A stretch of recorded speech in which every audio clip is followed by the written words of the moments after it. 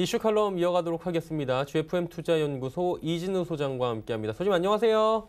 네, 안녕하세요. 예, 일단 뭐 북미 정상회담 끝나면 우리 이야기 좀 자세히 해보자라고 했는데 이제 자세히 얘기를 해볼 시기가 된 것 같습니다. 그러니까 뭐 사실 잘 되면 좋은 건데 소장님께서도 이게 지금 흘러가는 걸로 봐서 별거 없을 수도 있다라고 조심스럽게 말씀을 해주셨는데 말 그대로 더 심각하게 불발이 났습니다. 그러다 보니까 네. 남북 경협주들 지난주 금요일에 말 그대로 패닉 상태였고요. 오늘 시장까지도 여파가 지금 계속 가고 있는데 어떻습니까? 이 부분은 조금 더 조정이 갈 수 있는 여파가 있다고 보십니까?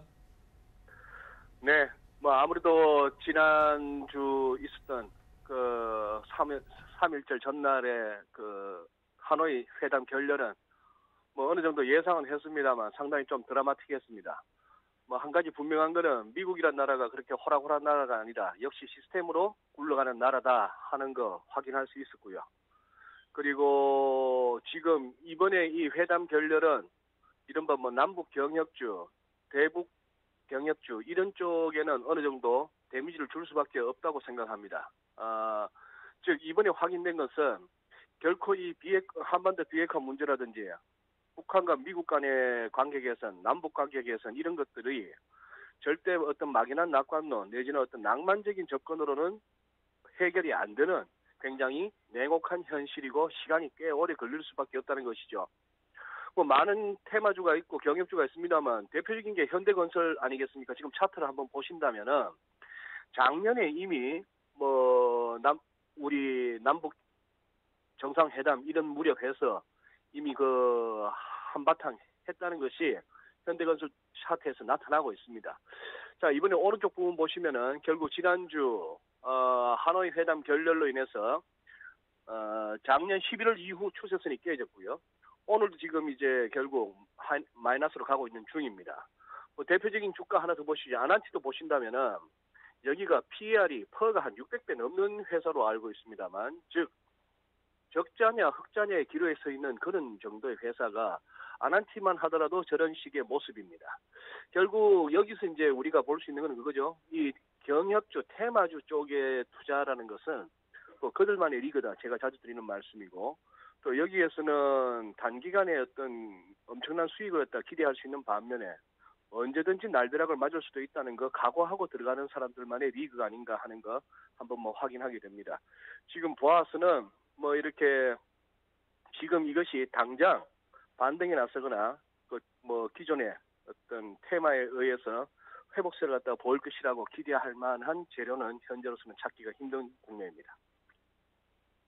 일단은 당장 무너져버린 투심 그리고 노출된 재료 그리고 악재가 나왔기 때문에 지금 당장 뭐 반등이 나오거나 급격한 상승을 기대하는 것은 조금은 어렵지 않을까라고 예측을 해주셨고요.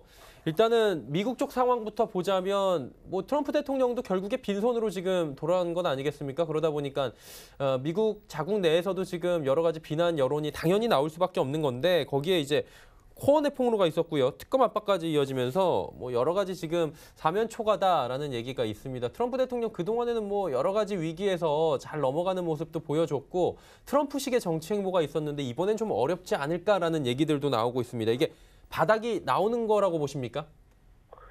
어쨌거나 뭐 미국 언론들이야 원래부터 트럼프 대통령한테 우호적이지 않았죠. 이번 하노이 회담에 대해서 좀 비판적인 견해를 보일 수는 있겠습니다만 제가 봤을 때 정치인으로서의 또 대통령으로서의 지금 트럼프 대통령은 이번 선택은 나쁘지 않았습니다. 즉 어정쩡한 오히려 국내 정치적으로 굉장히 공경에 처한 트럼프 대통령이 북한과의 협상에 있어서 얼렁뚱땅 대충 좀 위험한 타결에 이르는 것보다는 이렇게 결렬로 택한 것이 맞다고 보여지고요. 많은 뭐 이렇게 언론에서의 그 해석과 그게 있습니다만 제가 봐서는 이거는 오히려 요즘 뭐 정부에 보고를 할 수 있는 유튜브 같은 데서 우리 시청자 여러분께서 더 정확한 어떤 해석과 정보를 얻을 수 있지 않을까 싶기도 합니다. 제가 보내드린 슬라이드를 보시면은 저는 이제 계속해서 트럼프 대통령 취임 이후 제 개인적으로는 트럼프가 나중에 역사적으로 제2의 레이건이 될 것인지 아니면 제2의 닉슨이 될 것인지 그것이 굉장히 궁금한 상황입니다. 지금 왼쪽에 저 트럼프 대통령, 레이건 대통령과 고르바초프의 1987년 중거리 핵 전력 조약 서명식인데요. 백악관에서 있었던 사진이죠. 장면입니다. 저거는 진짜 이른바 냉전 시대를 갖다가 마무리하는 그런 역사적인 상황이었고, 지금 저것도 3번에 걸친 중간에 자리를 박차는 2차 회담도 있었고 레이건 대통령이 그런 상황이었는데, 저런 식으로 북미 회담도 갈 것인지, 아니면 재선까지 성공하는 트럼프 대통령이 끝내 달러와 금 간의 그 연관 관계를 갖다가 끊었던 닉슨 대통령처럼 또 한 번 뭐 감당할 수 없는 미국의 국가 부채라든지 뭐 달러 가치의 폭락 이런 것 갖다가 유발하게 될 것인지 등등이 굉장히 궁금해지는 그런 상황인데요. 어쨌거나 하노이에서의 결렬은 트럼프 대통령으로서는 나쁘지 않은 선택이었습니다. 미국의 공화당이나 민주당 할 것 없이 정치권에서는 다 이번에 만회하는 그런 전략이었던 걸로 보여집니다. 자, 이제 김정은 위원장의 행보를 좀 보니 생각보다 예측보다 더 오래 베트남에 머물렀다라는 얘기들이 있습니다. 이제서야 지금 본국으로 돌아오고 있는 모양새인데, 일단 베트남과의 실질적인 교류를 좀 이어가고자 한다라는 행보였다. 뭐 이런 얘기들도 있습니다. 그래서 개혁개방정책 도이모이가 다시금 뭐 화두가 되고 있는데, 실제로 이 정도까지 갈 수 있다고 보십니까? 네, 저는 뭐 회의적입니다. 예. 돈이 있어야죠. 돈이 있어야 되고 사실상 이번에 미국의 제안은 그거였습니다. 우리 쪽이 붙어라. 우리 쪽이 붙고 핵을 포기하면 우리가 살려주겠다. 경제적으로도. 그런 상황이었는데 끝내 마지막 부분에서 안 됐다는 것이죠. 굉장히 뭐 베트남에서의 남은 일정 화면을 보면서 김정은 위원장의 표정을 보더라도 우리가 느낄 수 있습니다만, 그냥 돌아오기는 못하고요. 애초에 잡혀있던 일정이긴 합니다만 굉장히 맥 빠진 상황이죠. 뭐 도이모이가 됐건 뭐가 됐건 흥묘백묘가 됐건 돈이 필요한데요. 지금 당장 이번에 돌아가서 또 어떤 식으로 그거 하게 될지, 또 돌아가는 길도 저렇게 뭐 기차로 돌아가는 저 상황, 좀 뭐 깝깝한 상황이고, 이 사안을 뭐 제가 길게 얘기하기는 좀 예민하기도 하고 저도 좀 자신 없는 부분이기도 합니다. 자, 그리고 이제 중국 쪽 살펴봐야 될 것 같습니다. 이게 어느 정도 다 연관성이 있는데, 그리고 3월 이맘때쯤이면 이제 이쪽 시장에 몸담고 계신 분들은 양회 전대 뭐 생각을 하실 것 같아요. 보니까 벌써 양회가 개막을 했더라고요. 당연히 경기부양책 얘기 나올 것 같은데 어떤 얘기가 주로 나올 것으로 소장님 예측됩니까?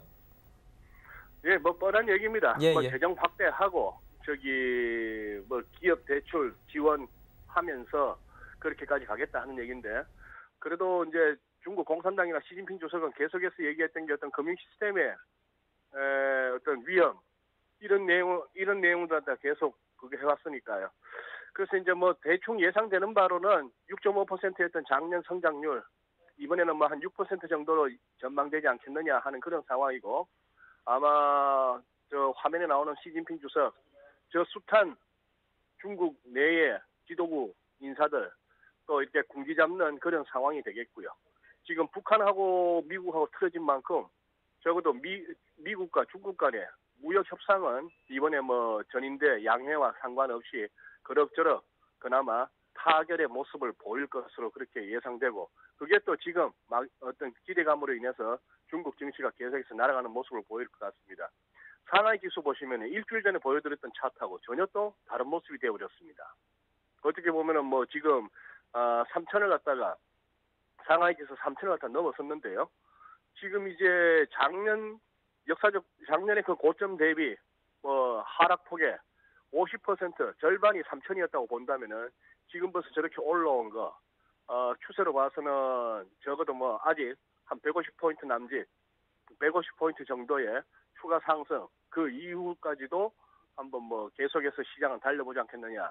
지난주 말씀드렸던 바와 같이 개인 투자자들이 지금 빚을 내가면서까지 지금 시장에 올인하고 있고, 또 MSCI 이머징 지수에서도 비중 확대 예상대로 되었고, 그만큼 외국 자본의 유입이 기대되고, 그런 상황 하에서 경기 상황이나 뭐 중국에서의 어떤 부양책과 상관없이 지금 가장 핫한 시장, 지금 좀 뭔가 모두가 그냥 이것저것 따지기 전에 한번 중국 하면서 한번 끌어올리는 그런 시장 상황. 뭐 당분간은 중국은 조금 이 정도 갖고 과열이라고 하기는 중국 스케일이 안 맞죠. 뭐 더 가팔라져야 되고 더 높은 상승이 나올 수도 있는 그 이유가 이제 조심하면서 접근해야 될 단계 아닌가 뭐 그렇게 보여집니다. 근데 이제 말씀해 주신 대로 그동안의 중국의 뭐 여러 가지 상승 폭을 보면 이거보다 가팔랐다. 이 정도는 뭐 대륙 스케일이 아니다라고 말씀해 주셨는데 실질적으로 보자면 지금 올해 중국 경기에 대해서는 비관적으로 보는 곳이 굉장히 많지 않습니까?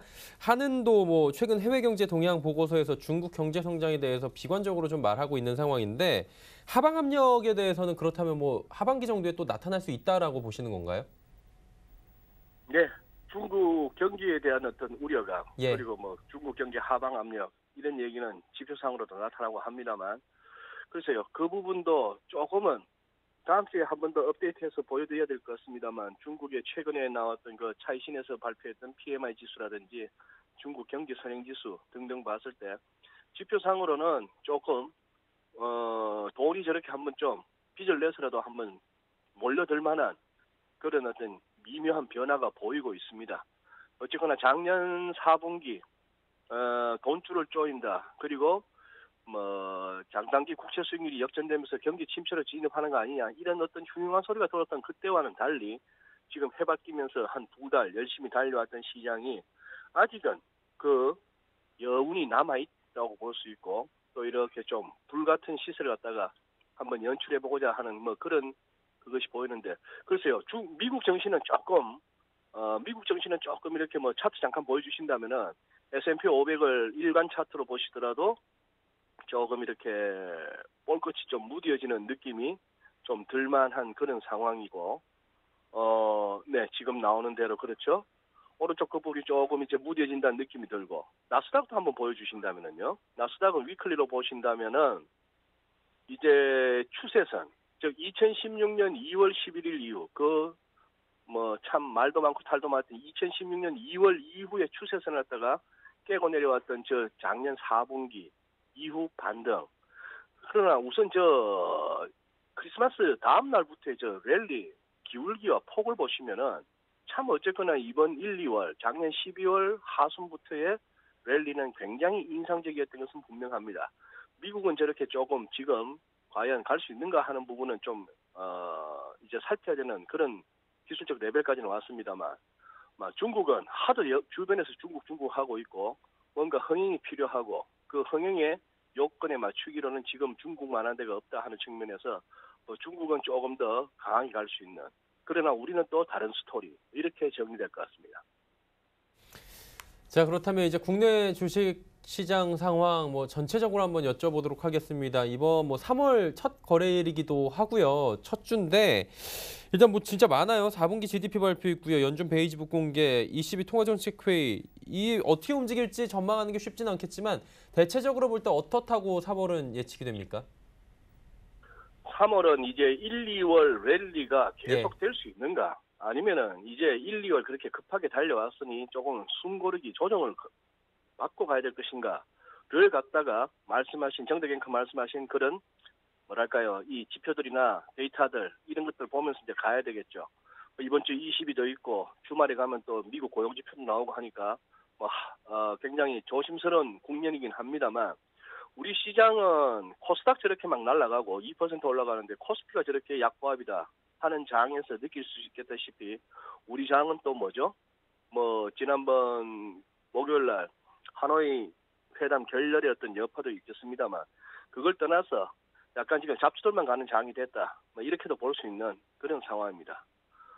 솔직히 뭘 보고 우리 시장에 들어오겠습니까? 내가 외국인이라 하더라도 그냥 딴 데 더 희망이 있는 데가 많은 것 같아요.